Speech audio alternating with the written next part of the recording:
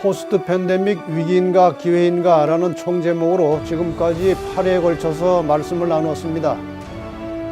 오늘 예언 세미나 마지막 시간입니다. 그동안 함께 하신 여러분들 진심으로 감사드리고 이번 세미나가 여러분의 신앙에 조금이나마 도움이 되었기를 바랍니다.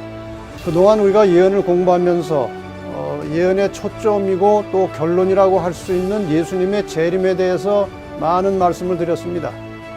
오늘은 재림 이후의 문제를 다루어 보려고 합니다.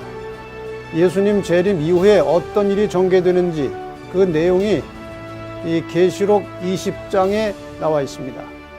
성경에는 천년이라고 하는 말이 몇 번 나옵니다. 그런데 많은 사람이 관심을 가지고 있는 이 천년은 말씀드린 대로 계시록 20장에 나오는 내용이죠. 1절로 3절에 보면 또 내가 봄에 천사가 무저갱 열쇠와 큰 쇠사슬을 그 손에 가지고 하늘로서 내려와서 용을 잡으니 곧 옛 뱀이요 마귀요 사단이라 잡아 1000년 동안 결박하여 무저갱에 던져 잠그고 그 위에 인봉하여 1000년이 차도록 다시는 만국을 미혹하지 못하게 하였다가 그 후에는 1000년이 지난 후에는 반드시 잠깐 놓이리라. 그러니까 여기에 이 1000년의 의미가 3번 연속해서 나옵니다. 그 다음에 21장으로 넘어가면 또 내가 새 하늘과 새 땅을 보니 처음 하늘과 처음 땅이 없어졌고 바다도 다시 있지 않더라, 이런 말씀이 나옵니다. 20장에 1000년이라는 내용이 나오고 21장에 새 하늘과 새 땅이라는 표현이 나오는 것을 보면 아마도 1000년 기간이 끝난 후에 이 지구의 새로운 역사가 시작되는 것으로 생각합니다. 자, 그럼 이 1000년은 과연 언제 시작되는가를 먼저 좀 살펴보겠습니다. 이 천년기에 대해서는 몇 가지 설이 있어요. 1000년이 지난 후에 재림이 있다는 후천년설, 그리고 1000년이 시작되기 전에 재림이 있다는 전천년설, 그리고 1000년은 무의미한 숫자고 상징이라는 무천년설, 이렇게 3가지 설이 있습니다. 그런데 우리가 성경 말씀을 깊이 잘 살펴보면 이 천년기는 예수님의 재림과 함께 시작되는 것임을 알 수 있습니다. 예수께서 재림할 때 일어나는 여러 가지 사건들, 성경을 기초로 해서 좀 몇 가지 정리해 드리겠습니다. 첫째, 예수께서 재림하실 때 죽었던 의인들이 변화된 모습으로 부활해서 일어납니다. 그 다음에 두 번째, 살아있던 의인들이 호련히 변화되어서 부활한 의인들과 함께 승천해서 공중에서 예수님을 만납니다. 세 번째, 구원받은 모든 성도들이 공중에서 주님을 만나서 아버지 집으로 하늘로 올라가도록 되어 있습니다. 그리고 살아있던 악인들은 모두 죽습니다. 이 지구상에서.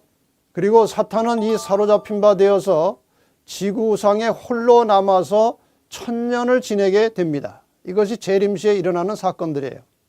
자, 그러면 이제 천년기에 관한 성경절을 다시 한번 자세히 살펴보겠습니다. 계시록 20장 1절로 3절. 또 내가 보매 천사가 무저갱 열쇠와 큰 쇠사슬을 그 손에 가지고 하늘로서 내려와서 용을 잡으니 곧 옛 뱀이요 마귀요 사탄이라. 자, 용이 잡혔다, 사탄이 잡혔다는 말이 무슨 뜻입니까? 예수께서 재림하심으로 이 세상의 모든 사람들은 죽든지 하늘로 갔든지 다 없어지고 지구상에 홀로 남아 있습니다. 이 상태를 잡혔다고 표현하는 것입니다. 얼마 동안?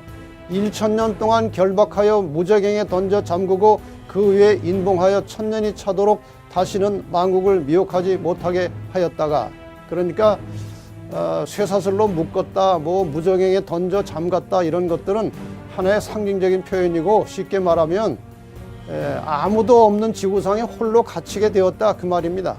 얼마 동안? 1000년 동안 갇혀 있다가 1000년이 지난 다음에 잠깐 놓이겠다는 말은 무슨 할 일이 잠깐 생긴다, 그 말이죠.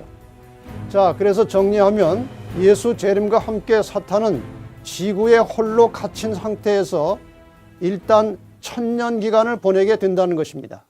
자, 지구가 1000년 동안 휴식 상태에 들어가는 문제에 대해서 이런 각도에서 한번 살펴보려고 합니다. 이 성경절들을 한번 잘 살펴보시기 바랍니다. 출애굽기 20장 11절에 이는 엿새 동안에 나 여호와가 하늘과 땅과 바다와 그 가운데 모든 것을 만들고 제7일에 쉬었습니다. 엿새 동안에 창조하시고 일곱째 날 하루 쉬셨다는 것입니다. 그 다음에 출애굽기 21장 2절 내가 히브리 종을 사면 그가 6년 동안 섬길 것이요 제7년에는 값없이 나가 자유할 것이라. 종을 부릴 때 6년 동안 부린 다음에 7년째는 내보내라는 것입니다. 자유를 주라는 것입니다. 레위기 25장 3절과 4절에 너는 6년 동안 그 밭에 파종하여 6년 동안 그 포도원을 다스려 그 열매를 거둘 것이나 제7년에는 땅으로 쉬어 안식하게 할지니 여호와에 대한 안식이라. 땅도 6년 동안 농사 짓고 경작한 다음에 7년째 1년은 쉬게 하라는 것입니다. 자, 저 세 성경절의 공통점은 6대1입니다. 6일 하루, 6년 1년, 6년 1년 이렇게 6대1의 비율이 나옵니다. 우리가 성경을 잘 살펴보면 하나님께서 인간 나라를 다스리시는 이 6대1의 시간 원리가 어렴풋이 나타납니다. 다시 확인하겠습니다. 6일간 천지 창조하시고 7일째 하루 쉬셨습니다. 6대1입니다. 6년간 노예를 부리고 그 다음에 7년째는 해방시켰습니다. 이것도 역시 6대1입니다. 그 다음에 6년간 토지를 경작하고 7년째 땅에 휴식을 주었습니다. 이것은 역시 6대1입니다. 그런데 이 6천년 동안 땅을 쉬게 한 일이 없었습니다. 거의 쉴 새 없이 땅을 부려왔기 때문에 오늘날 땅이 아주 황폐화되고 피폐해져서 농사가 잘 안 됩니다. 그래서 6대1의 비율을 적용한다면 6천년 동안 땅을 쉬지 않게 했으니 1000년의 휴식은 주어야 비율이 맞는 것입니다. 이런 차원에서 우리가 한번 생각해 볼 여지가 있다는 것이죠. 자, 그럼 과연 1000년 기간 동안 하늘에서 어떤 일이 있을 것인가 한번 살펴보겠습니다. 계시록 20장에 보면 이 1000년 동안 하늘에서 있을 일에 대해서 이런 기록이 나옵니다. 내가 보좌들을 보니 거기 앉은 자들이 있어 심판하는 권세를 받았더라. 또 내가 보니 예수의 증거와 하나님의 말씀을 인하여 목배임을 받은 자의 영혼들과 저 내용은 죽었다가 부활해서 구원받은 사람들을 말하는 것입니다. 그 다음에 짐승과 그의 우상에게 경배하지도 아니하고 이마와 손에 표를 받지도 아니한 자들이 살아서 저 사람들은 살아서 구원받은 성도들을 말합니다. 그러니까 저 내용은 구원받은 성도들 전체가 살아서 그리스도로 더불어 1000년 동안 왕노릇 한다고 되어 있습니다. 이는 첫째 부활이라. 왕노릇 1000년 동안 왕노릇 한다는 말이 무슨 말입니까? 여기에 대한 성경 주석은 이렇게 되어 있습니다. 왕노릇 한다는 의미는 다스린다는 의미와 함께 심판을 가리킨다. 성경시대의 심판, 재판의 일은 왕의 가장 중요한 직무 중 하나였다. 1000년 동안 성도들은 악인의 형벌을 결정하는 심판의 일을 조력하는 것이다. 이 1000년 기간 동안에 구원받은 모든 성도들이 하나님과 함께 악인들을 심판하는 일에 동참하게 되겠다. 그 말씀이에요. 이 첫째 부활에 참여하는 자들은 복이 있고 거룩하도다. 이 첫째 부활은 예수님께서 재림하실 때 한 부활이 첫째 부활입니다. 여기 첫째 부활이라는 말이 나온다는 것은 둘째 부활이 있다는 것을 전제로 하는 것입니다. 그 다음에 둘째 사망이 그들을 다스리는 권세가 없고, 그러니까 둘째 사망이 있다는 말은 첫째 사망이 있다는 것이죠. 도리어 그들이 하나님과 그리스도의 제사장이 되어 1000년 동안 그리스도로 더불어 왕노릇하리라. 저기 또 다시 한번 왕노릇하리라고 하는 말씀이 나옵니다. 구원받은 성도들이 하늘에서 왕노릇한다는 말에 대해서 좀 생각해 보십시다. 그래서 심판을 말하는 것이라고 이미 말씀드렸습니다. 그런데 사도 바울은 장차 하늘에서 전개될 심판의 국면을 예언적 안목으로 봤고 그 사실을 이렇게 기록해 두었습니다. 성도가 세상을 판단할 것을 너희가 알지 못하느냐? 우리가 천사를 판단할 것을 너희가 알지 못하느냐? 이 말씀을 보면은 저 천사는 악한 천사들이죠, 물론.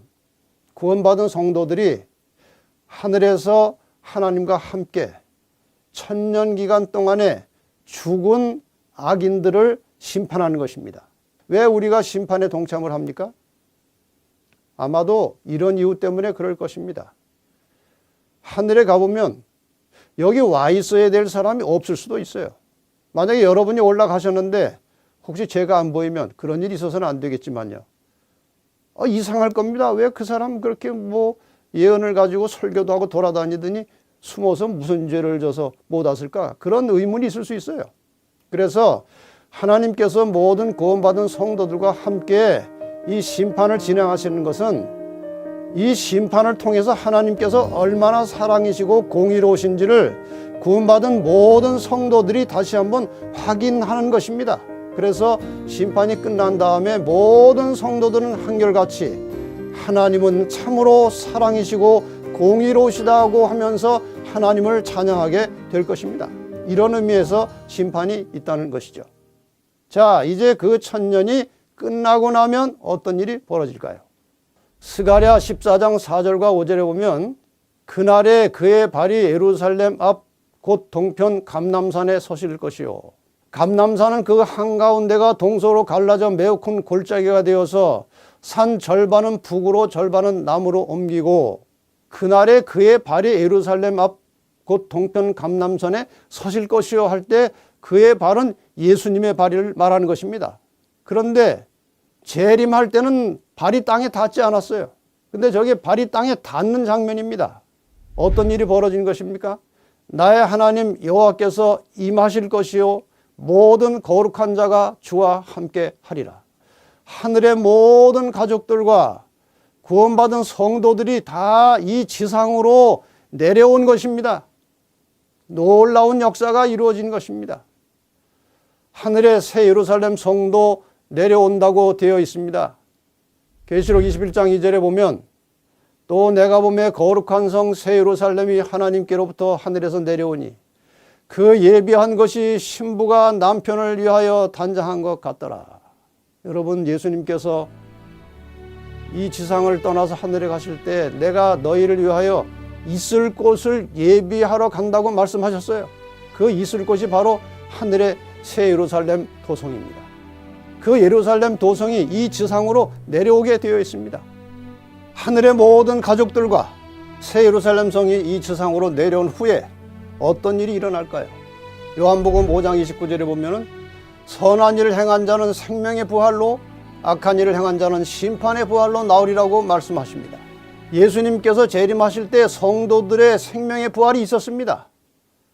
악한 자들의 심판의 부활은 천년기가 지난 후에 이루어지는 것입니다. 드디어 마침내 악인들이 부활하고 그 부활한 악인들을 모아서 사탄이 하나님의 나라에 도전하는 장면이 나옵니다. 계시록 20장 7절과 8절에 천년이 참에 사단이 그 옥에서 놓여 나와서, 그러니까 이 지구상에서 갇혀서 아무것도 할 일이 없었던 상태인데 그 옥에서 놓여 나와서 땅의 사방 백성 곧 곡과 마곡을 미혹하고 모아 싸움을 붙이니 그 수가 바닷모래 같으리라. 자, 저기 곡과 마곡이라고 하는 말을 좀 우리가 이해할 필요가 있겠습니다. 에스겔 38장 1절로 3절에 보면 여호와의 말씀이 내게 임하여 가라사대 인자야 너는 마곡 땅에 있는 곡 곧 로스와 메섹과 두발 왕에게로 얼굴을 향하고, 그렇게 되어 있습니다. 마곡은 땅 지명 이름이에요. 지명이에요. 그래서 이스라엘 그 북쪽에 위치한 그 지역을 마곡이라고 불렀고 그 지역에서 일어나고 있는 왕들을 곡이라고 불렀습니다. 그래서 곡과 마곡이라고 하는 말은 하나님을 대적하며 그 백성을 공격하는 모든 악의 세력들을 가리켜서 곡과 마곡이라고 하는 것입니다. 그러니까 하늘에서 예루살렘 성과 모든 성도들과 하늘의 가족들이 이 땅에 내려오고 예루살렘 성이 내려온 다음에 악인들이 다 부활해서 일어나서 그것을 보는 것입니다. 지금 이 상황을 말하고 있는 것입니다. 자, 이제 이 두 부활과 두 사망을 좀 전에 말씀드렸는데 종합해서 정리해 드리겠습니다. 천년기를 중심에 두고 양쪽에 예수님의 재림이 있고 재창조가 있습니다. 예수께서 재림하실 때의 부활을 의인의 부활, 그리고 천년이 끝난 다음에 있을 부활을 악인의 부활이라고 말하죠. 의인의 부활을 첫째 부활이라고 말하고 악인의 부활을 둘째 부활이라고 말합니다. 아까 성경절 보신 대로 이를 기이 여기지 말라 무덤 속에 있는 자가 다 그의 음성을 들을 때고 나니 선한 일을 행한 자는 생명의 부활로 악한 일을 행한 자는 심판의 부활로 나오리라고 말씀하셨습니다. 첫째 부활은 생명의 부활이고 둘째 부활은 심판의 부활입니다. 그러면은 첫째 사망은 무엇인가? 예수님 재림 전에 죽은 모든 의인과 악인의 죽음을 첫째 사망이라고 합니다. 그 다음에 둘째 사망은 무엇입니까? 악인들이 심판의 부활로 일어난 다음에 하늘에서 불이 내와 저희를 소멸한다고 되어 있어요. 이것이 둘째 사망이에요. 그러니까 지구상에 아마 세 종류의 사람들이 대략 있을 것입니다. 한 번 죽는 사람, 이건 의인들입니다. 두 번 죽는 사람, 악인들입니다. 한 번도 안 죽는 사람, 예수께서 재림하실 때 살아있던 성도들은 한 번도 죽지 않고 바로 하늘로 영생으로 들어가는 것입니다. 그러나 재림 전에 마지막 그 짐승의 표 환란이 기다리고 있으니까 그것만 잘 견디고 통과하면 죽지 않고 살아서 바로 영생으로 들어가는 것입니다. 여러분, 기왕에 예수 믿는 것, 죽음을 맛보지 않고 하늘에 가도록 기도하고 용기와 희망을 가지시기를 바랍니다. 자, 이제 악인들이 다 살아났습니다. 전쟁 잘하는 사람, 무기 잘 만드는 사람 다 모였습니다. 저희가 지면에 널리 퍼져 성도들의 진과 사랑하시는 성을 두루매 포위해서 성도들과 저 예루살렘 성을 공격하려고 하는 겁니다. 바로 이 순간에 악인들이 예루살렘을 공격하려고 할 때에 온 세상 사람들이 지켜보는 가운데서 큰 행사가 펼쳐지는데 그것이 바로 예수님의 대관식입니다. 자, 이제 그리스도의 대관식과 악인의 멸망에 대하여 잠시 공부하겠습니다. 십자가에서 가시 면류관 쓰시고 죄인의 모습으로 피 흘리며 돌아가셨던 예수께서 이제 영광의 면류관을 쓰시고 왕 중에 왕으로 취임하시는 장면이 나타납니다. 이제 그리스도께서는 원수들 앞에 다시 나타나신다.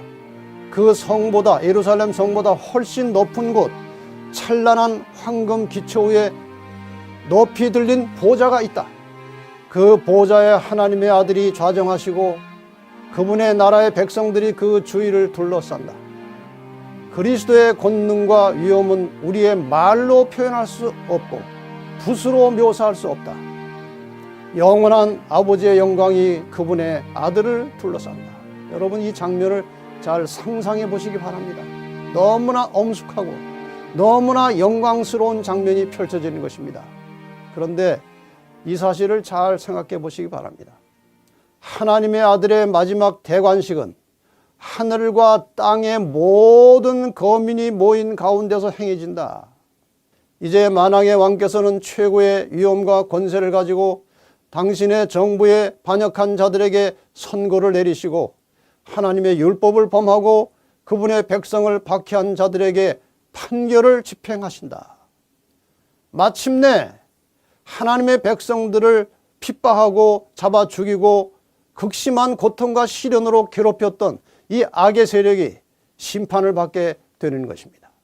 대관식이 마치면서 마침내 악인들에 대한 불심판이 진행됩니다. 성도들과 새 예루살렘 공격은 시작도 못하고 멸망의 불을 받게 되는 것입니다. 9절에 보면은 하늘에서 불이 내려와 저희를 소멸하고 태워서 완전히 죽이는 것입니다. 각 사람이 자기의 행위대로 심판을 받고 사망과 음부도 불못에 던지우니 이것이 둘째 사망 곧 불못이라. 여러분, 성경이 말하는 악인들이 불타서 멸망하는 지옥은 바로 저곳을 말하는 것입니다. 지하에 영원히 불타는 지옥이 있는 것이 아니에요. 저런 상태에서 악인들이 불심판을 받고 멸망하는 것입니다. 만약에 많은 사람들이 생각하는 대로 이 불심판이 영원한 불이라면 얼마나 큰 모순이 생기겠습니까? 저 불은 악인들을 소멸시키고 꺼지는 불입니다. 성경에 나오는 영원한 불이라고 하는 말의 의미는 하나님이 내린 불이기 때문에 사람이 끌 수 없는 불을 영원한 불이라고 말합니다. 또 불타서 멸망한 결과가 영원할 때 그것을 영원한 불이라고 말하는 것입니다. 이렇게 해서 모든 악과 악의 근원과 악의 흔적, 악의 결과는 완전히 사라지게 되는 것입니다. 이렇게 모든 악이 소멸된 상태에서 하나님께서 새 하늘과 새 땅을 창조하십니다. 재창조가 이루어지는 것이죠. 자, 마침내 이제 하나님께서 지구를 다시 만드십니다. 계시록 21장 1절입니다. 또 내가 새 하늘과 새 땅을 보니 처음 하늘과 처음 땅이 없어졌고 바다도 다시 있지 않더라. 저기 처음 하늘과 처음 땅이 무엇입니까? 저게 창세기에 나오는 하나님의 창조 사역으로 만들어진 지금 우리가 누리고 있는 이 하늘과 이 땅이 처음 하늘과 처음 땅입니다. 근데 죄로 완전히 물들고 찌들어서 쓸모없게 되었어요. 그 다음에 이 죄를 가져온 장본인 사탄과 그 다음에 악한 천사들과 모든 악인들이 완전히 소멸되고 다 죄의 흔적이 사라져 버렸습니다. 이런 상태에서 하나님께서 이 지구를 원래의 상태로 다시 만드시는데 그것이 새하늘과 새 땅이라고 하는 것입니다. 드디어 이제 새하늘과 새 땅에서 하나님과 구원받은 성도들이 함께 영원히 살게 됩니다. 이 사실에 대해서 계시록 21장 3절과 4절에 이렇게 기록되어 있습니다. 내가 들으니 보좌에서 큰 음성이 나서 가로되 보라 하나님의 장막이 사람들과 함께 있음에 하나님이 저희와 함께 거하시리니. 여러분, 회복된 새하늘과 새 땅에서는 하나님이 우리와 함께 사신다고 하셨습니다. 저희는 하나님의 백성이 되고 하나님은 친히 저희와 함께 계셔서 모든 눈물을 그 눈에서 씻기심에 다시 사망이 없고 애통하는 것이나 곡하는 것이나 아픈 것이 다시 있지 아니하리니 처음 것들이 다 지나갔음이로라. 아멘입니다. 모든 인간 죄악 세상의 역사는 끝나고 하나님과 구원받은 성도들이 함께 새로운 영원한 삶을 시작하게 되는 것입니다. 여러분, 저 자리에 함께 있게 되시기를 바랍니다. 계시록 21장 5절 7절에 계속해서 말씀하십니다. 보좌에 앉으신 이가 가라사대 보라 내가 만물을 새롭게 하노라. 또 가라사대 이 말은 신실하고 참되니 기록하라 하시고 또 내게 말씀하시되 이루었도다. 나는 알파와 오메가요 처음과 나중이라. 내가 생명수 샘물로 목마른 자에게 값없이 주리니 이기는 자는 이것들을 유업으로 얻으리니 나는 저의 하나님이 되고 그는 내 아들이 되리라. 여기 중요한 단어가 나옵니다. 이렇게 아름다운 세상, 하나님께서 목마른 자들에게 값없이 생명수를 나누어주는 저 땅에는 누가 들어가느냐? 이기는 자가 들어가서 이것을 유업으로 얻을 것이라고 하셨습니다. 여러분, 우리가 사는 동안에 수많은 죄악의 요소들이 우리를 흔들고 괴롭히고 있습니다. 많은 시련과 고난과 핍박이 있습니다. 여기에 굴복하지 마시고 성령의 능력을 의지하고 하나님의 능력을 의지하고 예수님의 도우심을 따라서 승리하고 이기시기를 바랍니다. 이기는 자들이 저기에 들어가는 것입니다. 어떤 고난과 핍박과 어려움이 있을지라도 절대로 굴복하지 말고 끝까지 목숨을 걸고 이기고 승리하시기를 바랍니다. 각 시대의 대쟁투 마지막에 이런 기록이 나옵니다. 대쟁투는 끝났다. 죄와 죄인들은 없어졌다. 온 우주는 깨끗해졌다. 오직 조화와 기쁨의 맥박만이 온 우주의 만물을 통하여 고동한다. 생명과 빛과 환희가 만물을 창조하신 분에게서 끝없이 넓은 우주로 퍼져나간다. 가장 작은 원자로부터 가장 큰 세계에 이르기까지 만물은 생물계와 무생물계를 막론하고 조금도 흠이 없는 아름다움과 완전한 기쁨으로 하나님은 사랑이라고 선포한다. 이렇게 해서 죄 많은 한많은 인간의 역사는 끝나고 우리가 하나님과 함께 영원히 살게 된다는 것입니다. 여러분, 다시 한번 예수님의 재림의 장면을 생각하시고 용기를 가지시고 희망을 가지시고 믿음을 굳건하게 가지시기를 바랍니다. 지난 9일간 우리는 성경에 나타난 예언의 말씀을 가지고 인류의 역사를 통해서 죄인을 구원하시는 하나님의 놀라우신 구원의 역사를 살펴봤습니다. 모든 말씀은 저의 개인적인 의견이나 가르침이 아니고 전적으로 성경 말씀과 예언에 기초해서 드린 말씀이었고 또 모든 것이 사실이고 진실입니다. 이제 우리 각 개인의 선택과 결정만 남아 있습니다.